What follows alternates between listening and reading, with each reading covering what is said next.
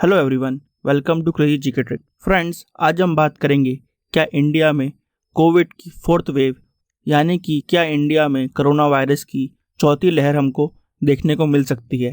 Friends, पिछले कुछ दिनों में हमको ये देखने को मिलता है कि इंडिया में लगातार कोविड के केसेस बढ़ते जा रहे हैं। इस वक्त इंडिया में लगभग 16,500 एक्टिव कोविड केसेस हैं और इंडिया में पिछले 3-4 दिनों से लगातार 2,000 से लेकर 2,500 के बीच नए कोविड केसेस हमको देखने को मिल रहे हैं। यहाँ पर दिल्ली में ही सिर्फ 1,000 से ज़्यादा नए कोविड के केसेस देखने को मिले और दिल्ली में इस वक्त पॉजिटिविटी रेट हो चुका है 4.48% का। मुंबई एंड बेंगलोर जैसे बड़े शहरों में से भी हमको नए कोविड केसेस आते हुए दिखते हैं। मिज़ोरम से भी हमको कोविड के नए केस देखने को मिलते हैं और यहाँ पर मिज़ोरम में एक व्यक्ति की जान भी जा चुकी है कोविड की वजह से। यहाँ तक कि अंडमान एंड निकोबार में भी हमको एक एक्टिव केस देखने को मिलता है। ये तो बात हुई इंडिया की। अगर हम बात करें चाइना की, तो चाइना के बीजिंग में 3 दिन का एनहेंस्ड मास टेस्टिंग की जाएगी, जहां पर 35 लाख लोगों को कोविड के लिए टेस्ट किया जाएगा, क्योंकि ये देखा जा रहा है कि शंघाई में काफ़ी केसेस बढ़ रहे हैं कोविड के और चाइना में पिछले दिनों 51 मौतें हुई कोविड से, जो चाइना में सबसे बड़ा आंकड़ा है कोविड डेथ का। तो फ्रेंड्स, ये सब बातें बताती हैं कि कोविड के केसेस फिर से बढ़ना चालू हो रहे हैं और ये एक चिंताजनक स्थिति हमारे सामने पैदा करती है। इसी बात को ध्यान में रखते हुए हमारे प्राइम मिनिस्टर नरेंद्र मोदी जी ने संडे को बोला था कि लोगों को अभी भी कोविड को लेकर एहतियात बरतनी चाहिए, क्योंकि कोविड का खतरा अभी भी पूरी तरह से टला नहीं है। इन सब बातों को देखते हुए आज हम डिस्कस करेंगे क्या इंडिया में कोविड की फोर्थ वेव आ सकती है, कौन सा नया कोविड वेरिएंट है जिस वजह से हमको कोविड केसेस बढ़ते हुए देखते हैं। हम इस बात को भी डिस्कस करेंगे। यहाँ पर हम क्या क्या कदम उठा सकते हैं कोविड केसेस को रोकने के लिए, हम इस पहलू पर भी बात करेंगे। क्या इंडिया में फिर से लॉकडाउन लगेगा, हम इस पॉसिबिलिटी को भी डिस्कस करेंगे। और लास्ट में फ्रेंड्स हम देखेंगे किस तरह से हम कोविड क्राइसिस को टैकल कर सकते हैं। आइए सबसे पहले बात करते हैं कि क्या इंडिया में फोर्थ वेव आ सकती है कोविड की। इंडिया में कोविड की फोर्थ वेव आएगी कि नहीं, ये कुछ इंपॉर्टेंट फैक्टर्स पर डिपेंड करता है, जैसे कि किस टाइप का वेरिएंट इस वक्त फैल रहा है, कितनी तेज़ी से ये कोरोना वायरस स्प्रेड करता है, कितना सीवियर है वो कोरोना वायरस, किस तरह से वो लोगों को इम्पैक्ट करता है। ये सब बातें एक इम्पॉर्टेंट रोल प्ले करती हैं। यहाँ पर जनता के बीच क्या लेवल ऑफ इम्यूनिटी है, ये भी एक बहुत बड़ा इम्पॉर्टेंट फैक्टर होता है। हमने देखा है कि इंडिया ने पिछले 1 साल में बहुत अच्छा वैक्सीनेशन कैंपेन निकाला है और इंडिया में इस वक्त मेजॉरिटी पॉपुलेशन वैक्सीनेटेड है, मगर फिर भी इंडिया में बहुत सारे लोग ऐसे हैं जिन्होंने अभी तक वैक्सीन नहीं लगाई है। और यहाँ पर एक्सपर्ट्स का कहना है कि जिन लोगों ने अभी तक वैक्सीन नहीं लगवाई है और जब वो लोग इन्फेक्ट होते हैं वायरस से, तो वो लोग एक खतरा पैदा करते हैं, क्योंकि उन लोगों की वजह से जिन लोगों ने वैक्सीन लगवाई है उनको भी कोरोना वायरस हो सकता है।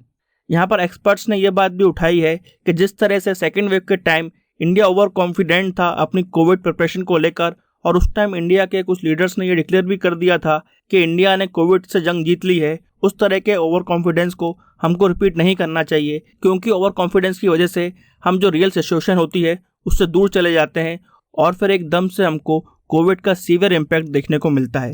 तो फ्रेंड्स, ये कुछ इंपॉर्टेंट फैक्टर्स हैं जो डिसाइड करेंगे कि इंडिया में कोविड की फोर्थ वेव आएगी या नहीं। आइए अब हम बात करते हैं कि कौन सा नया वेरिएंट है कोविड का जिस वजह से हमको एक बार फिर से कोविड के नए केस देखने को मिल रहे हैं। जनवरी के आसपास हमको कोरोना का ओमिक्रॉन वेरिएंट देखने को मिला था और इस ओमिक्रॉन वेरिएंट के 2 सब वेरिएंट हैं BA.1 और BA.2। फ्रेंड्स, यूएसए और यूरोप में BA.1 वेरिएंट ही था जो बहुत तेज़ी से फैल रहा था, मगर रिसेंटली हमको डेनमार्क में और दूसरे यूरोप के देशों में BA.2 वेरिएंट देखने को मिलता है जो बहुत तेज़ी से फैल रहा है। मगर यहाँ पर सबसे बड़ी चिंता की बात यह है कि अब ओमिक्रॉन के दोनों वेरिएंट यानी कि BA.1 और BA.2 ये दोनों वेरिएंट भी म्यूटेट हो गए हैं, यानी कि इन दोनों वेरिएंट के अंदर भी कुछ चेंजेस आ गए हैं। और यहाँ पर हमको कोरोना का सबसे सीवियर वेरिएंट डेल्टा वेरिएंट, उस डेल्टा वेरिएंट के साथ हमको ओमिक्रॉन का BA.1 वेरिएंट मिक्स होता हुआ दिखता है, यानी कि इन दोनों वेरिएंट्स ने एक नया वेरिएंट बना लिया है। इन सब म्यूटेशन की वजह से हमको 3 नए वेरिएंट्स देखने को मिलते हैं, XE, XF और XD। फ्रेंड्स, ये तीनों वेरिएंट्स रिकॉम्बिनेंट वेरिएंट कहलाते हैं, क्योंकि ये वेरिएंट्स कोरोना वायरस के जो पिछले वेरिएंट्स हैं उन वायरस के स्ट्रक्चर्स में कुछ चेंज हुआ है और वो दोनों वेरिएंट्स आपस में कंबाइन हो गए हैं, जिस वजह से नया वेरिएंट बना है, इसलिए इनको हम रिकॉम्बिनेंट वेरिएंट बोलते हैं। यूके में XE वेरिएंट देखने को मिलता है जो लोगों के बीच बहुत तेज़ी से फैलता है और इसी वजह से हमको यूके में कुछ टाइम के लिए लॉकडाउन देखने को मिला था। और अगर बात की जाए कि XE, XF और XD वेरिएंट्स में सबसे ज़्यादा डेंजरस वेरिएंट कौन है, तो वो वेरिएंट है XD वेरिएंट। क्योंकि फ्रेंड्स XD वेरिएंट में जो कोरोना वायरस का डेल्टा वेरिएंट था उसका प्रोटीन स्ट्रक्चर है और इस वजह से साइंटिस्ट का कहना है क्या हो सकता है कि आने वाले समय में हमको ये XD वेरिएंट की वजह से बहुत ज़्यादा सीवियर कोरोना केसेस देखने को मिलें। तो यहाँ पर हम देखते हैं कोरोना वायरस लगातार म्यूटेट होता जा रहा है, यानी कि लगातार उसके अंदर कुछ ना कुछ चेंजेस आ रहे हैं जिस वजह से कोविड के केसेस समय समय पर बढ़ते रहते हैं और कम होते रहते हैं। यहाँ पर चिंता की बात यह है कि कहीं कोई ऐसा वेरिएंट ना आ जाए जो पिछले वेरिएंट से ज़्यादा घातक हो और जो ह्यूमन इम्यून सिस्टम को बहुत सीवियरली इम्पैक्ट करे, जो फिर हमारे सामने एक बहुत बड़ा मेडिकल इशू खड़ा कर सकता है। आइए अब बात करते हैं कि क्या स्टेप्स हम ले सकते हैं जो हमको मदद करेंगे इस कोविड वेव को रोकने में। यहाँ पर सबसे इम्पॉर्टेंट बात है टेस्टिंग। यहाँ पर जिन लोगों को भी कुछ सिम्टम्स आते हैं कोविड के, उनको अपना टेस्ट कराना चाहिए और सरकार को भी ऐसे हॉटस्पॉट्स आइडेंटिफाई करना चाहिए जहाँ पर कोविड केसेस बढ़ रहे हैं और वहाँ पर एक बड़े स्तर पर टेस्टिंग होनी चाहिए। क्योंकि कई बार ये देखा गया है कि कुछ लोगों को माइल्ड सिम्टम्स होते हैं कोविड के और वो अपने आप को आइसोलेट नहीं करते हैं, जिस वजह से दूसरे लोग इन्फेक्ट हो जाते हैं कोविड से। यहाँ पर यह बात ज़रूरी है कि एडमिनिस्ट्रेशन लगातार सर्वेलेंस करता रहे और सर्वेलेंस इंप्रूव करने के लिए गवर्नमेंट को रेगुलर बेसिस पर जीनोम सीक्वेंसिंग और एपिडेमियोलॉजिकल डाटा कलेक्ट करती रहे। यहाँ पर जीनोम सीक्वेंसिंग इस बात में हेल्प करती है कि किस तरह से कोई भी कोविड का वेरिएंट इंडियन पॉपुलेशन को इम्पैक्ट करेगा। ये नॉलेज बहुत यूज़फुल होती है डॉक्टर्स के लिए और साइंटिस्ट के लिए। वो इस नॉलेज की मदद से दवाइयाँ बना सकते हैं और वैक्सीन में भी चेंजेस कर सकते हैं। और सिमिलरली यहाँ पर एपिडेमियोलॉजिकल डाटा इस बात पर हेल्प करता है कि किस तरह के सिम्टम्स हमको देखने को मिल रहे हैं पॉपुलेशन में, किस तरह से पर्टिकुलर एज ग्रुप को ये कोविड का वेरिएंट इम्पैक्ट कर रहा है और इन सब डाटा की मदद से हम कोविड की 4th वेव के लिए एक अच्छी स्ट्रेटजी बना सकते हैं। यहाँ पर गवर्नमेंट ने कुछ टाइम पहले ही बूस्टर डोज की बात की थी और यहाँ पर जो लोग भी एलिजिबल हैं इस बूस्टर डोज के लिए, उन सब लोगों को यहाँ पर बूस्टर डोज भी लगवा लेना चाहिए। फ्रेंड्स, ये कुछ स्टेप्स हैं जो हमको हेल्प करेंगी कोविड की 4th वेव को रोकने में। आइए अब हम बात करते हैं कि क्या हमको इंडिया में फिर से लॉकडाउन देखने को मिलेगा। यहाँ पर एक्सपर्ट्स ने अपना ये व्यू दिया है कि हमको फिर से फुल फ्लेजेड लॉकडाउन लगाने की शायद ज़रूरत ना पड़े।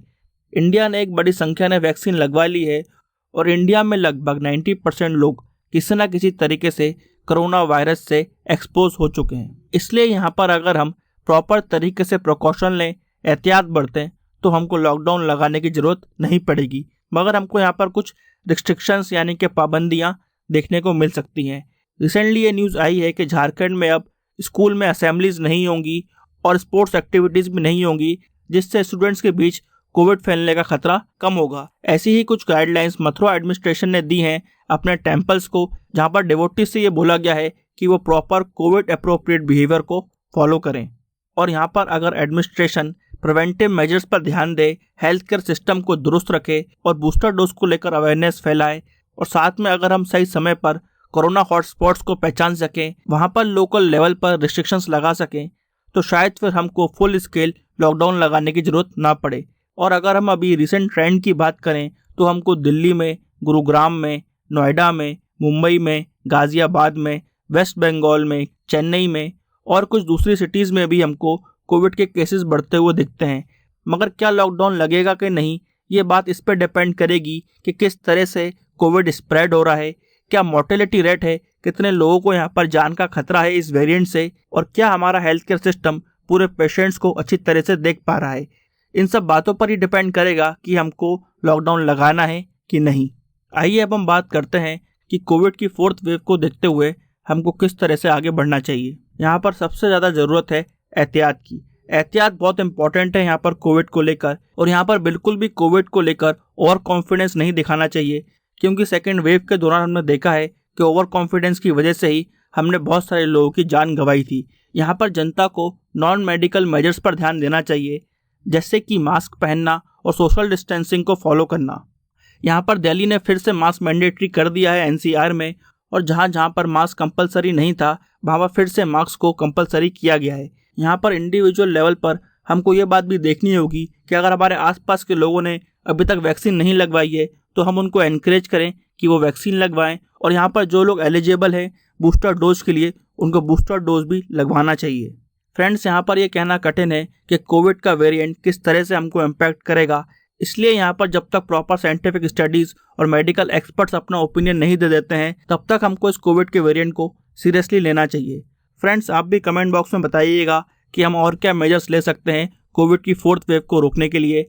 यहाँ पर हमने कोविड की 4th वेव को लेकर जो भी रिसेंट सिनेरियो है उसको डिस्कस किया है। आई होप आपको ये इन्फॉर्मेटिव लगा होगा। ऐसे ही वीडियो देखने के लिए इस वीडियो को लाइक करें, शेयर करें और हमारे चैनल को सब्सक्राइब करें। Till then friends, bye bye and take care.